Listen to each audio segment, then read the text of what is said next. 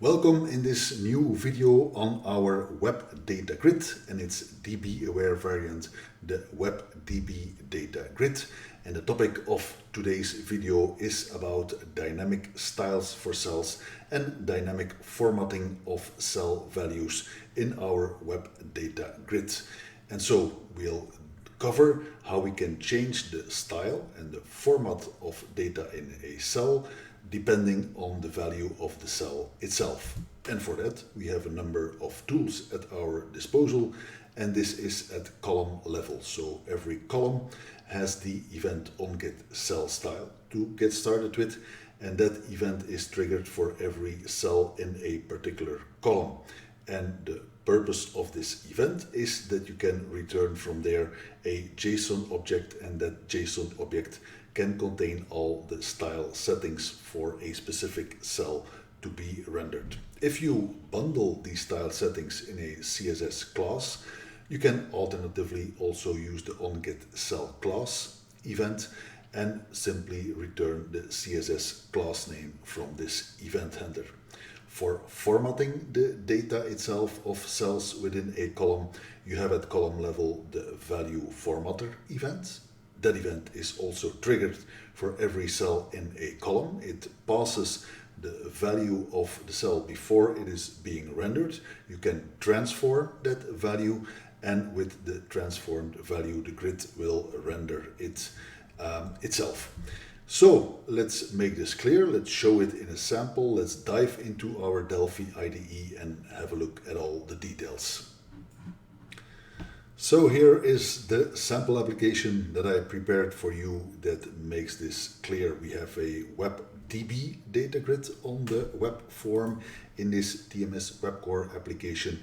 And as it is a DB-aware grid, we will connect it to a data set via a data source. So the data set is connected to the data source via the data set property, and the data source itself is connected to the grid via the data source property. The client dataset itself gets its data from the web client connection, so the connection property of the dataset is pointing to the web client connection, and the web client connection is initialized or loaded via code. And so this is the code here that sets the URL where I have some static JSON data that is loaded in the client data set. And when the data is specified, the URL is specified, I set the connection to active, and then this data is loaded, the data set becomes active, and the data will be rendered in the data grid. We have 4 columns in this data grid, and for each column we have specified the field of the data in our data set. And so for now, no formatting is applied. So let's have a look when I compile this application how it looks like default in our WebDBDataGrid in a browser. And this is how it is rendered by default, so nothing special. We see the car brand name, the model, the horsepower, and the price. So we thought it would be nice to make it a little bit more user-friendly by indicating, for example, where are our supercars, cars, let's say, with a horsepower larger than 500.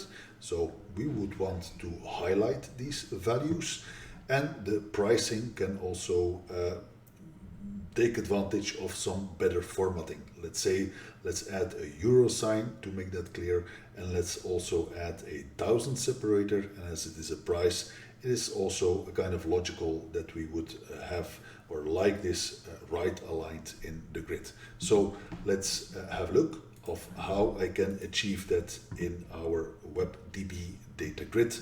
And to do that, I have to go to the columns. So we want to apply a different color to cars that have a horsepower larger than 500. And so this column has an event handler onGetCellStyle. Let's have a look at that implementation. We see the params parameter that is passed here, and I can get the value of that cell. Notice that this event handler is triggered for every cell in that specific column. And so we can get the value of that column by checking params.value. That is a JSON value, so it can be a number, a string, a boolean, a date, etc.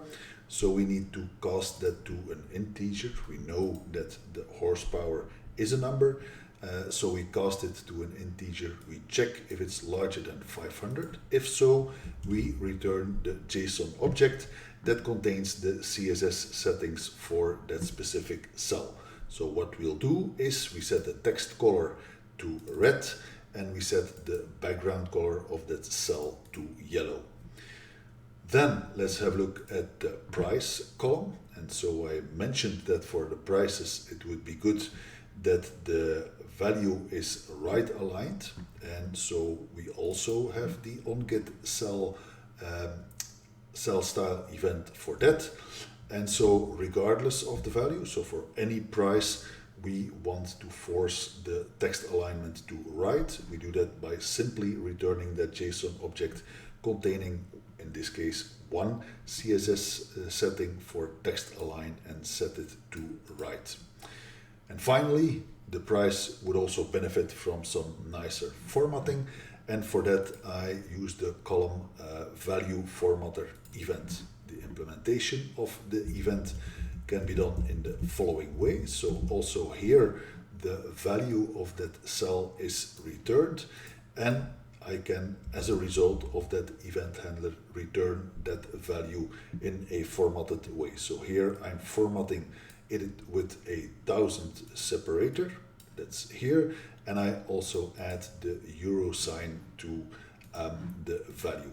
And let's have a look at the result with these event handlers implemented.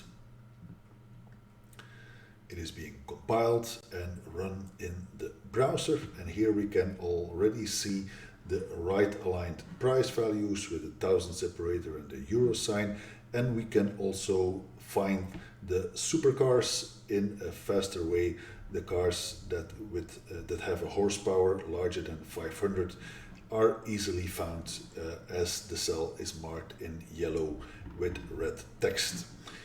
Now I have implemented this onGetCell style event and have returned the CSS, the different CSS attributes for this specific cell. I can also bundle that in a CSS class. And so we have at project level a CSS file. And so here I have defined a CSS class named supercar. And that CSS class has the text color red and the background color yellow. And now I can replace this onGetCell style event by the onGetCell class. And this event is also triggered at column level for every cell in that column. And here we do the same check. If the horsepower value is larger than 500, then I simply return the CSS class name, in this case supercar. Same effect with a slightly different approach, and we can here separate the style via CSS in this web application. So when I run this example, then the result should be exactly the same, just done in slightly a different way. And with that, I've shown you how you can use the column different event handlers to dynamically change style of cells and also dynamically change the formatting of the data in the cell itself. I hope it was a valuable tip and trick here with this example, and I hope that it helps you getting started to get the most out of our TWebDataGrid and the DB variant, the TWebDataGrid. You can explore this in the trial version of TMS Web Core, and if you have the full version, of course, feel free to explore, experiment, and don't hesitate to ask any further questions to our support team if you have questions. Stay tuned by subscribing to this channel with the link here below, so you will be notified of upcoming videos. And if you like this particular tip on our WebDataGrid, we will appreciate that you like the video by clicking also here below.